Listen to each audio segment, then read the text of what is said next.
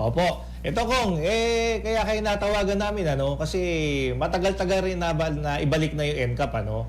Kamusta po ba ang traffic sa Metro Manila? Tumino po ba dahil sa pag-implementa ng NCAP na ito? As usual, ayan naman ang normal, di ba? Yung ma-traffic.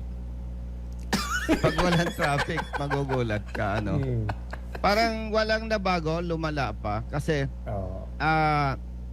alam nyo, Sir Marlo and Opo. Sir Paulo, Opo.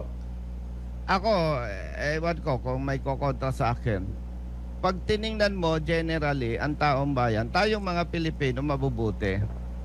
Ibig sabihin, kung may problema man, wag namang sisihin ang taong bayan. May pagkukulang kasi ang ating pamahalaan eh.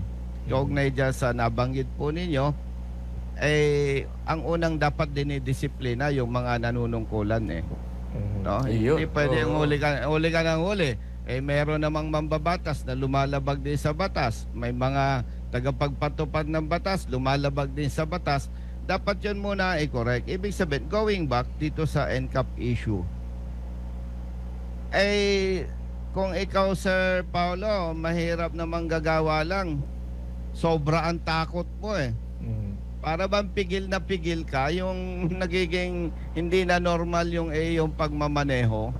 Tama. No? Baka madali ka ng overspeeding or natatakot ka, baka biglang maraming takot na nagtutulak sa motorista. In effect, negative. Lalong lumala ang trapiko. Kung papansinin po ninyo sa Commonwealth, di ba, may maximum speed yan. 60. Opo. Sir Carlo, kung ikaw nagmamaneho ng kotse, kahit bahagyang open, hindi ko naman sinasabi, Sir Paulo, na lumabag ka. Pero yung bang, nandun yung takot mo. Alam mo, pag takot ka, hindi ka na makakilos ng normal. Yes.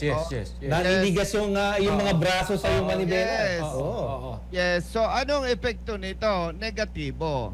Sobrang traffic. Lumala pa. Lumala nga.